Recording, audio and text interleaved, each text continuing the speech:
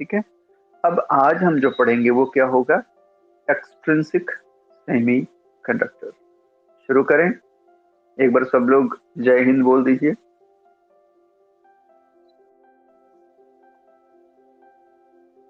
Okay, जय हिंद। शुरू करते हैं।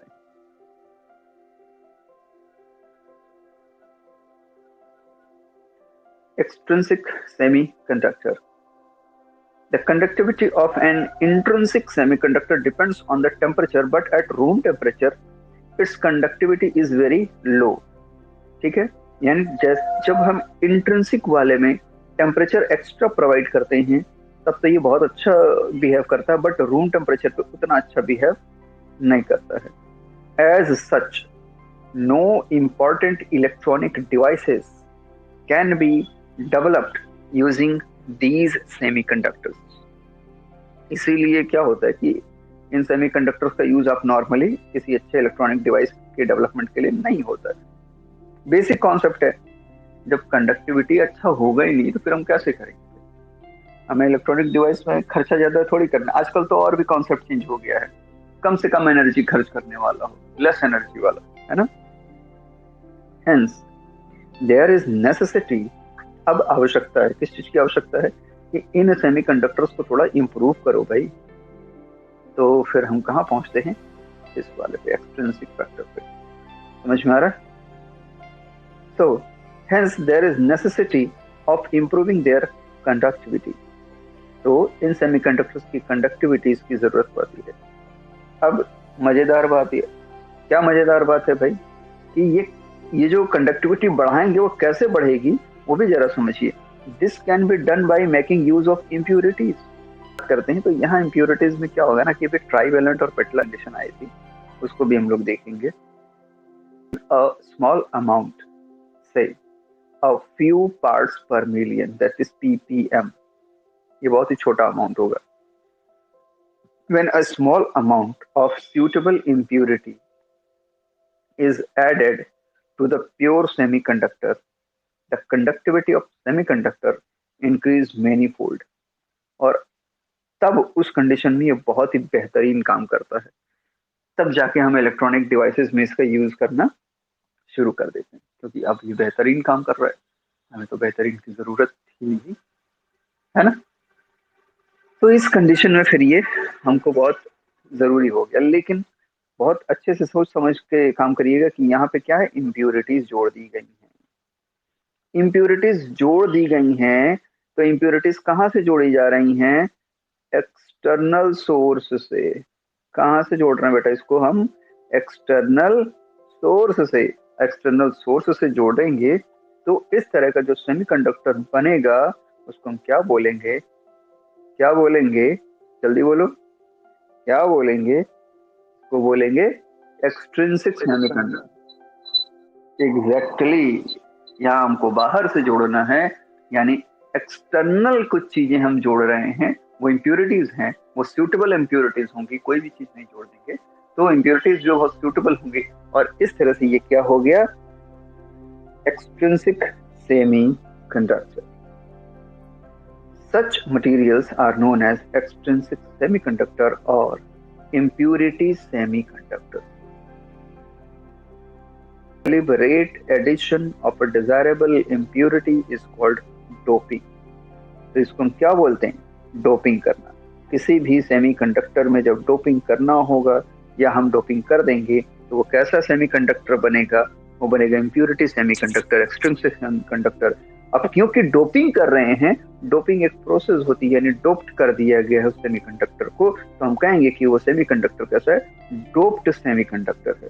Okay, so this addition is known as what? Doping. ठीक है, and the impurity atoms are called dopants. It is also called doped semiconductor. ऐसा semiconductor doped semiconductor होगा। The dopant, अब dopant कौन है? जो बाहर से हम जोड़ रहे हैं, है ना, impurity. The dopant has to be such that it does not distort the original pure semiconductor lattice. ये एकदम इंपॉर्टेंट वाला पॉइंट है। क्या? कि जो भी हम बाहर से जोड़ेंगे, है ना, वो सेमीकंडक्टर की इंटरनल बनावट को, ऑर्गेनाइजेशन को कहीं से भी डिस्टर्ब नहीं करेगा, उसको कहीं से भी खराब नहीं करेगा. सो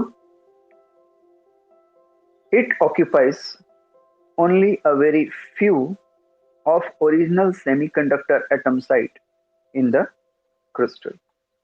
Is it clear? A necessary condition, a necessary condition to attain is that the size of the dopant and the semiconductor atom should nearly same. ये लगभग आसपास में ही हो, इन दोनों के बीच में साइज का बहुत बड़ा डिफरेंस नहीं होना चाहिए. अब यहाँ कितने तरह के डोपेंट का यूज करेंगे?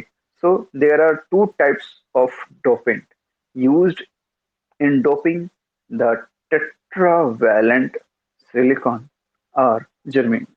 मतलब इम्प्योरिटी की बात कर रहे हैं, ठीक है, उनकी भी बात कर लीजिए. उसमें से पहला कंडीशन है पेंटावैलेंट. ठीक है, पेंटावैलेंट जो क्या कहते हैं डोपेंट होगा, उसमें कौन कौन से एग्जांपल है? पेंटावैलेंट मतलब जिसकी वैलेंसी 5 होगी. तो क्या क्या एग्जांपल्स हैं पेंटावैलेंट डोपेंट्स के? Arsenic, antimony, phosphorus. तो दूसरी तरह की जो इम्प्योरिटीज होंगी वो ट्राईवैलेंट टाइप की होंगी, ये याद रखेंगे. सेमीकंडक्टर कैसा था? टेट्रावैलेंट, है ना, जो हमारा बन रहा था. और इम्प्योरिटीज कौन सी हैं? दो तरह की. एक तो पेंटावैलेंट टाइप की, मतलब जिनकी वैलेंसी 5 है, और दूसरे क्या है? ट्राईवैलेंट है, जिनकी वैलेंसी 3 है. पेंटावैलेंट के एग्जांपल आपने देखा, फॉस्फोरस वगैरह, एंटीमनी, है ना, आर्सेनिक. अब ट्राईवैलेंट के एग्जांपल भी आप देख लो. ये क्या है? Indium, boron, aluminium. चलिए, we shall now discuss how the doping changes the number of charge carriers and hence the conductivity also changed of the semiconductors. Silicon or germanium, okay, it belongs to the fourth group. ठीक है, and therefore we choose dopant element from nearby fifth और third group. या तो वो fifth group से हम ले लेंगे डोपेंट को, या फिर कहां से ले लेंगे? थर्ड ग्रुप से ले लेंगे. Expecting and taking care that the size of the dopant atom is nearly same that of silicon and germanium. लगभग उतना ही हो जितना कि सिलिकॉन और जर्मेनियम का है, ताकि हमें चेंजेस करने में प्रॉब्लम ना. ये समझ में आ रहा है बेटा? Okay. Interestingly, the pentavalent and trivalent dopants in silicon and germanium give two entirely different type of semiconductors. एक बनता है एन टाइप और ओके. अरे बेटा, एन टाइप में क्या होता है ना कि हम पेंटावैलेंट डोपेंट का यूज करते हैं, और जो पी टाइप होता है ना उसमें हम ट्राईवैलेंट को नॉर्मली यूज कर लेते हैं. खैर, पढ़ कर लेना बेटा, जो बहुत इंपॉर्टेंट होता है, बोर्ड में तो है ही, फ्यूचर में आगे भी बहुत यूज होता है. सपोज वी डॉप सिलिकॉन और germanium with a pentavalent element, और वो कोई भी हो सकता है. मतलब पेंटावैलेंट में से हमने जितने नाम लिए, 3-4 नाम लिए, उसमें से कोई भी एक ले लो, जिसकी साइज लगभग उतनी होनी चाहिए जितने सिलिकॉन और जर्मेनियम के एटम्स की हो, उनके इलेक्ट्रॉन की हो, ताकि इसमें कहीं प्रॉब्लम क्रिएट ना हो, नियर अबाउट. अब ये पेंटावैलेंट है. When atom an atom of +5 valence, यानी पेंटावैलेंट की बात हो रही है, ठीक है. So when an atom of +5 valency element occupies the position of an atom in the crystal lattice of silicon, 4 of its electrons bond with 4 silicon neighboring molecules, while The fifth one remains weakly bounded to its parent atom. Pentavalent atom के जुड़ने से हो क्या रहा है कि हमें electron free stage में मिल रहा है, यानी इसने कंडक्टिविटी को कई गुना बढ़ा दिया। आप सीधे सीधे, this is because of the 4 electrons participating in the bonding are seen as a part of effective core of the atom by the fifth electron. As a result, the ionization energy required to set this electron free is very small. ठीक है, क्या इसका result क्या हो रहा है? देखिए इस लाइन को आप फिर समझ। Result of the as a result the ionization energy क्या होती है भाई? आयन बनाने में लगने वाली एनर्जी। सीधी सी बात, अगर साधारण भाषा में कहें तो, ज्यादा साइंटिफिक ना होकर के सिंपल लैंग्वेज में कहें तो, आयन बनाने में, आयन कैसे बनता है कोई चीज भाई? आयन में कैसे कन्वर्ट होगा? इलेक्ट्रॉन हटा दो, इलेक्ट्रॉन जोड़ दो, अब वो पॉजिटिव होगा नेगेटिव होगा, उससे क्या फर्क पड़ता है? ठीक है, नॉर्मली इलेक्ट्रॉन निकालने की बात होती है, ठीक है, यानी इलेक्ट्रॉन को मूव कराना है ना एक जगह से दूसरी जगह, तो उसकी बात हो रही है। ठीक है, सो ऐसा क्या हो गया भाई इसका रिजल्ट, कि जो आयोनाइजेशन एनर्जी चाहिए थी, अब वो क्या हो गया? बहुत कम हो गया। नॉर्मली इलेक्ट्रॉन को मूव कराने में हमें जो एनर्जी लगानी पड़ती थी बहुत ज्यादा होती थी, अब क्या हो गया? वो कम हो गया। हमें फायदा हो गया कि नहीं? कम एनर्जी खर्च करनी है, यानी कम से कम एनर्जी में इलेक्ट्रॉन का मूवमेंट हो रहा है, और कम से कम एनर्जी खर्च करेंगे, यानी रेजिस्टिविटी भी उतनी कम होगी और इलेक्ट्रिक कंडक्टिविटी उतनी अच्छी होगी। इस तरह से एक अच्छा सेमीकंडक्टर हमारे पास रेडी हो गया। ठीक है, as a result the ionization energy required to set this electron free is very small. क्या स्मॉल है? Ionization energy is very small, and even at room temperature it will be free to move in the lattice of the semiconductor. खाली जगह जो भी lattice है वहां पे, for example the energy required is approximately 0.01 electron volt for the germanium and 0.05 electron volt for silicon to separate this electron from its atom. ठीक है, और ये कितना कम है आप सोचिए जरा, 0.01, बहुत ज्यादा कम है। This is in contrast to the energy required to jump the forbidden band. Germanium के लिए 0.72, और जरा यहाँ देखना भाई, ये 0.01, कितना बड़ा डिफरेंस है, मतलब 0.71 इलेक्ट्रॉन वोल्ट का डिफरेंस है, ये बहुत बड़ा डिफरेंस है। और यहाँ तो हद ही हो गई 0.05, और ये 1.1 इलेक्ट्रॉन वोल्ट है, ये तो सच में बहुत बड़ा गैप है। तो अच्छे से समझ में आ गया कि वो जो इम्प्योरिटी हमने जोड़ दी उसकी वजह से इलेक्ट्रॉन, उसका जो 5वां इलेक्ट्रॉन है वो तो भाई फ्री है हमारे लिए इलेक्ट्रिकल कंडक्टिविटी करने के लिए, और वो इतने कम एनर्जी में आराम से मतलब जंप कर सकता है कि वो लगभग एनर्जी अप्रोक्सीमेटली अब जीरो ही कह लीजिए भाई, 0.01। जबकि अगर उसको हम नहीं जोड़ते हैं तो ओरिजिनली इलेक्ट्रॉन को अगर मूव कराना हो तो आप देख लीजिए रूम टेम्परेचर पे 0.72 एंड 1.1 इलेक्ट्रॉन वोल्ट। तो ये क्या हुआ कि इम्प्योरिटी मिलाने की वजह से एक बहुत बड़ा चेंज आ गया, एनर्जी गैप आ गया, और इस वजह से वो जो सेमीकंडक्टर अभी तक हम इंट्रिंसिक तरीके से देख रहे थे, अब यहाँ पे बहुत ही बेहतरीन सेमीकंडक्टर हो गया। अब इसका यूज हम अपने इलेक्ट्रॉनिक डिवाइस में कर सकते हैं। thus you can say that here, thus the pentavalent dopant is donating one extra electron for the conduction and hence known as donor impurity.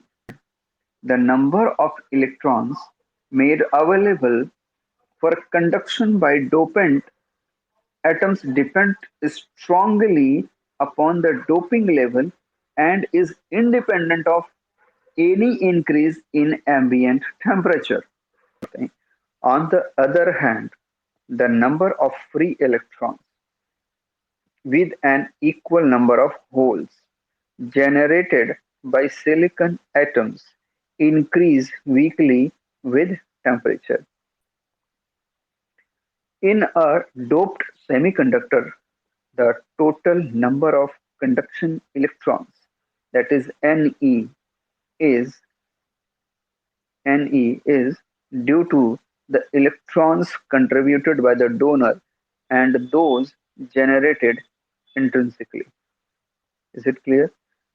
Whole की बात करें, while the total number of hole is only due to the holes from intrinsic source. इसमें extrinsic का कोई role नहीं होगा. ये line समझ में आई कि नहीं भाई? नहीं आई हो तो मैं फिर से समझा दूंगा. But the rate of recombination of holes would increase due to increase in a number of electrons. यानी होल्स तो बनेंगे किसकी वजह से? जो इंट्रिंसिक फैक्टर है, यानी इंट्रिंसिक इलेक्ट्रॉन जो मूव कर रहे हैं अंदर वाले, उसकी वजह से होल बनेगा. लेकिन recombination of hole is increased. ठीक है. And why it is due to presence of extra electrons. Extra electrons की वजह से रिकॉम्बिनेशन की रेट होल्स की बढ़ जाएगी, जिसका रिजल्ट क्या होगा? As a result the number of holes would get reduce further. तो धीरे धीरे वो नंबर ऑफ होल क्या होंगे? रिड्यूस हो जाएंगे, है ना. दस with proper level of doping, अगर ठीक से डोपिंग कर दी जाए, ठीक है, the number of conduction electrons can be made much larger. तो कंडक्शन इलेक्ट्रॉन्स बहुत ज्यादा हो जाएंगे. और क्योंकि जब कंडक्शन इलेक्ट्रॉन बहुत ज्यादा होंगे और वैलेंस इलेक्ट्रॉन भी अपने आप में सैचुरेट रहेंगे, तो कंडक्शन के लिए हमारे पास इतने इलेक्ट्रॉन्स रहेंगे, इतने चार्ज को कैरी करने वाले रहेंगे कि बहुत आसानी से इलेक्ट्रिकल कंडक्टिविटी की जा सकती है. तो इस प्रॉपर्टी का हम एक बहुत बड़ा फायदा उठा लेते हैं. ठीक है. इसीलिए हम एन और पी टाइप के सेमीकंडक्टर्स को बनाते हैं और एन और पी टाइप के सेमीकंडक्टर्स को अलग अलग इलेक्ट्रॉनिक डिवाइस में डालते हैं. और फिर N extrinsic semiconductor doped with pentavalent impurity electrons become the majority carriers and the whole become minority carrier. यानी पेंटावैलेंट कंडीशन की बात करें, ये सब चीजें नोट करने वाली हैं क्योंकि ये एकदम कॉन्सेप्ट वाली चीजें हैं. तो पेंटावैलेंट में क्या होगा कि इलेक्ट्रॉन एक मेजॉरिटी कैरियर होगा. और मतलब मेजॉरिटी कैरियर का मतलब ज्यादा कैरी करेगा इलेक्ट्रिक्स को, जबकि यहाँ पे होल क्या होंगे? माइनॉरिटी कैरियर्स होंगे. These semiconductors are therefore known as n type semiconductors. ठीक है. N type semiconductors. For n-type semiconductors, we have a equation, a mathematical relation. What? At Ne is much greater than Nh. What is Ne? N is the number of electrons here, and H is the number of holes. ये समझ में आ रहा ना बेटा? तो ये कौन सा हो गया? ये n-type का सेमीकंडक्टर रहेगा. ठीक है. चलिए, तो ये बताओ भाई, कोई देख के कि सौम्य आए कि नहीं तो फिर वो कहेंगे टेंशन में रहेंगे कल.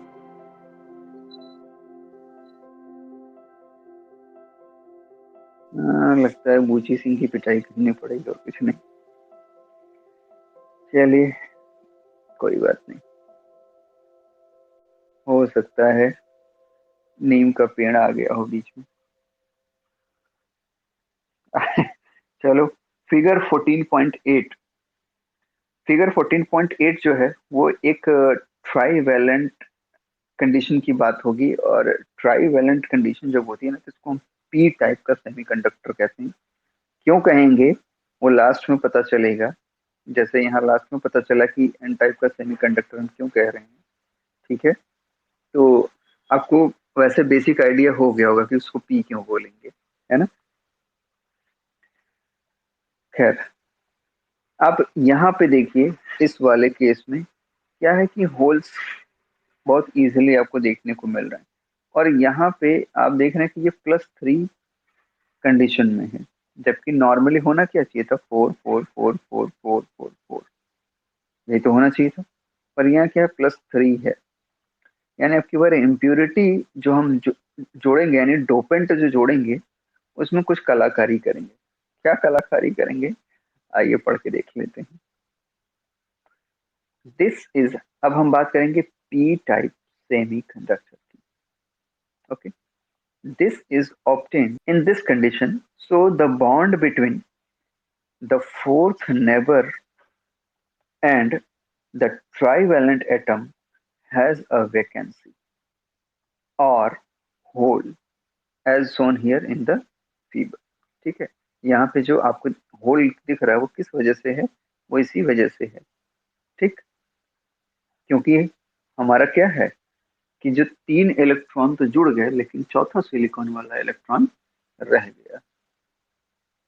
अब क्या, same the neighboring silicon atom in the lattice wants an electron in place of a hole.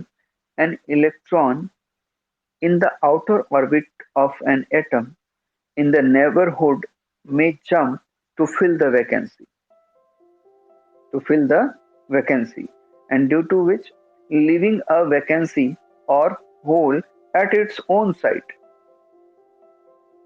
कि अगर यहाँ पे इलेक्ट्रॉन है, इसको जंप करने के लिए कोई इधर से आएगा, कहीं से भी आएगा, जहां से भी आएगा वहां पे एक होल क्रिएट करता चला जाएगा।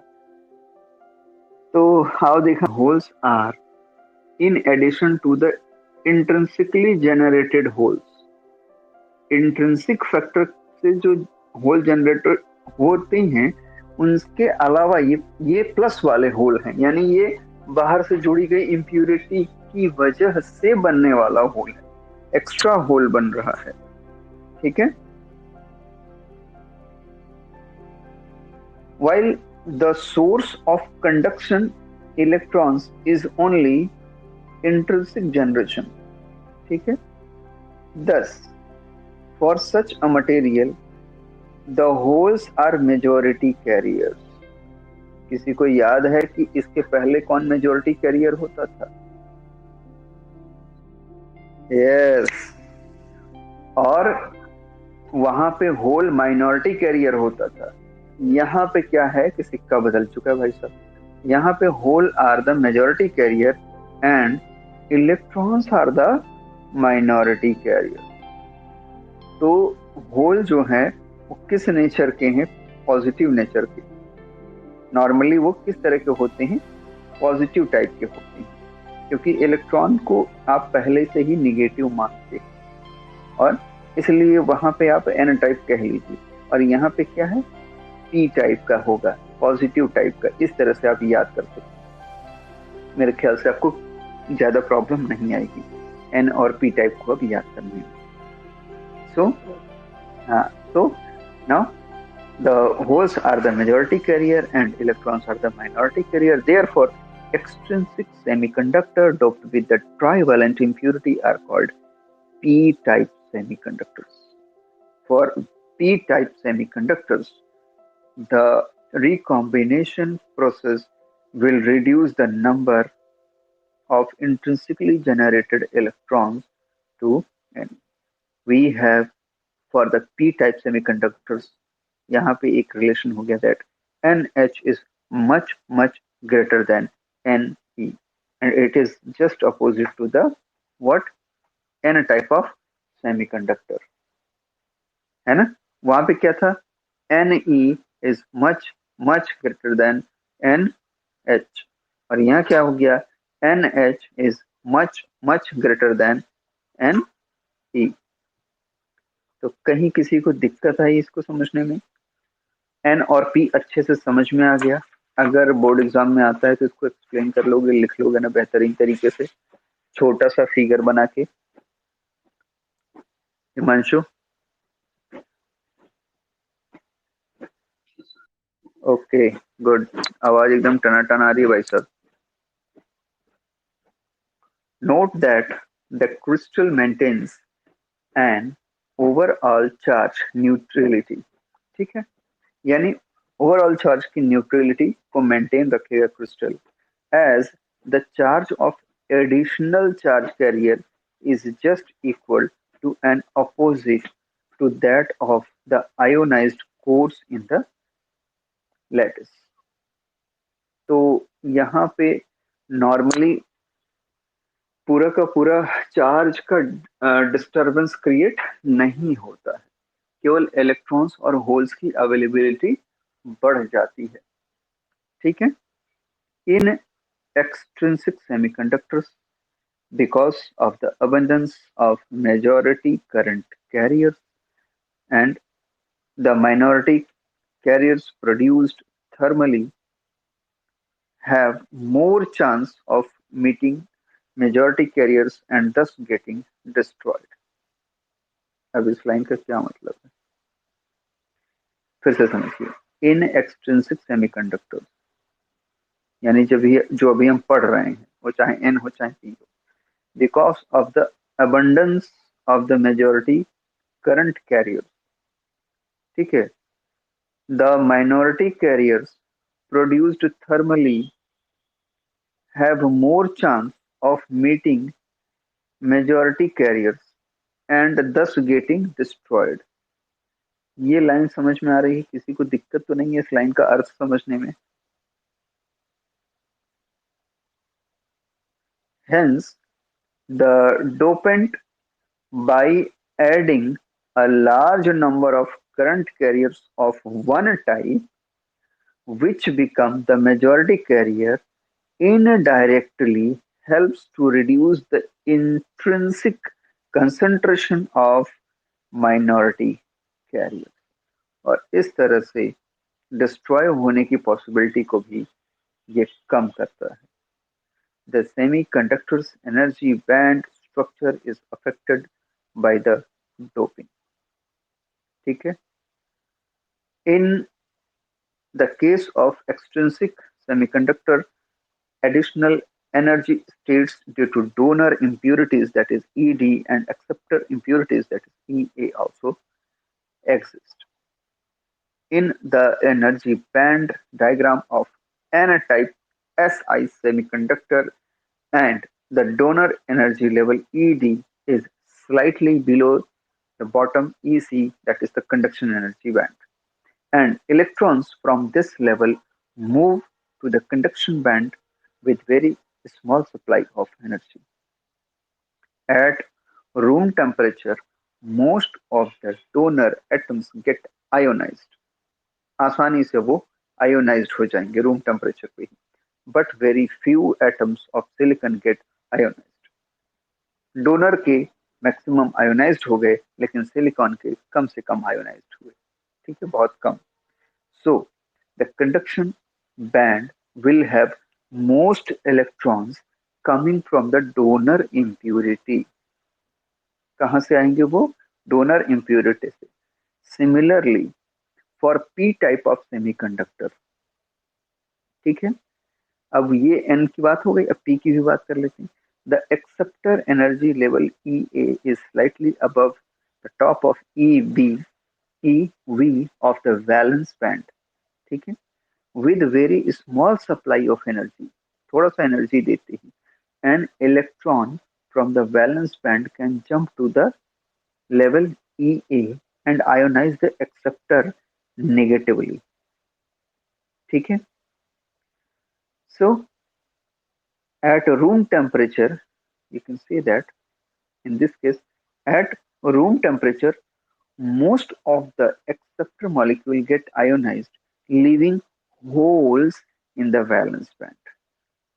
Thus, at room temperature, the density of holes in the valence band is predominantly due to the impurities in the extrinsic semiconductor, यहाँ पे होल्स के नंबर ज्यादा हो गए. The electron and the hole concentration in semiconductor is thermally, it is in thermal equilibrium. और ये तब होगा जबकि ऐसी कंडीशन हो, क्या, n e into n h is equal to n i का square. Though the above description is grossly approximate and hypothetical, यानी ऊपर जो हमने बात कही वो एक ग्रॉस अप्रोक्सीमेशन है और एक हाइपोथेटिकल तरीका है. It helps in understanding the difference between the metals, insulator and semiconductor. समझ में आ रहा है? In a very simple manner. The difference in a resistivity of carbon, silicon and germanium depends upon the energy gap between their conduction and valence band. For diamond या carbon की बात कर लें, silicon and germanium, the energy gap are 5.4 electron volt. ये carbon की बात हो रही है, ठीक है. एंड 1.1 इलेक्ट्रॉन वोल्ट ये सिलिकॉन के केस में है. 0.7 इलेक्ट्रॉन वोल्ट ये जर्मेनियम के केस में है. Sn यानी 10 है ना, Tn also help, it is also in the group 4, but it is a metal because the energy gap is 0. ठीक है. यहाँ पे वही डिस्क्रिप्शंस जो अभी आपने ऊपर पढ़े कि एनर्जी गैप बड़ा हो गया, ईवी नीचे यहाँ पे ईवी है और ये ईसी है, इन दोनों के बीच में ये ईजी है. अब यहाँ से अगर इलेक्ट्रॉन जंप करेगा तो यहाँ होल क्रिएट करेगा, यहाँ से अगर ज्यादा इलेक्ट्रॉन जंप कर जाएंगे तो ज्यादा होल क्रिएट करेंगे. ठीक है. तो एन टाइप और पी टाइप ये आपके लिए यहाँ पे दिखाया जा रहा है, जिसका पूरा डिस्क्रिप्शन अभी अभी आपने ऊपर बहुत अच्छे से समझा. बस ये उसका एक सिमेटिक रिप्रेजेंटेशन है, एक डायग्राम है. अच्छे से समझ में आ गया. एग्जाम्पल कहाँ गया, एग्जाम्पल 14.2 को समझ लीजिए क्योंकि ये पूछा भी जा सकता है. ठीक है. Suppose a pure silicon crystal has 5 into 10 to the power 28 atoms meter inverse cube. ठीक है. It is doped by 1 ppm concentration of pentavalent arsenic. Calculate the number of electrons and holes. और given क्या है, given that Ni is equal to what, 1.5 into 10 to the power 16 meter inverse cube. Formula भी आपने क्या देखा था, Ne NH is equal to Ni, यही वाला देखा था ना फॉर्मूला. इसी फॉर्मूले का यूज यहाँ कर लीजिए. ठीक है.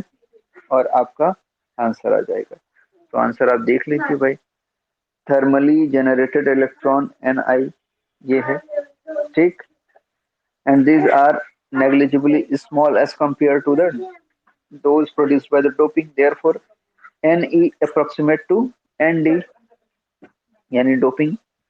सिंस अब यहाँ पे क्या है, Ni और इसका स्क्वायर, यही फॉर्मूला यूज होता है, इसी फॉर्मूले का हम यूज भी करेंगे.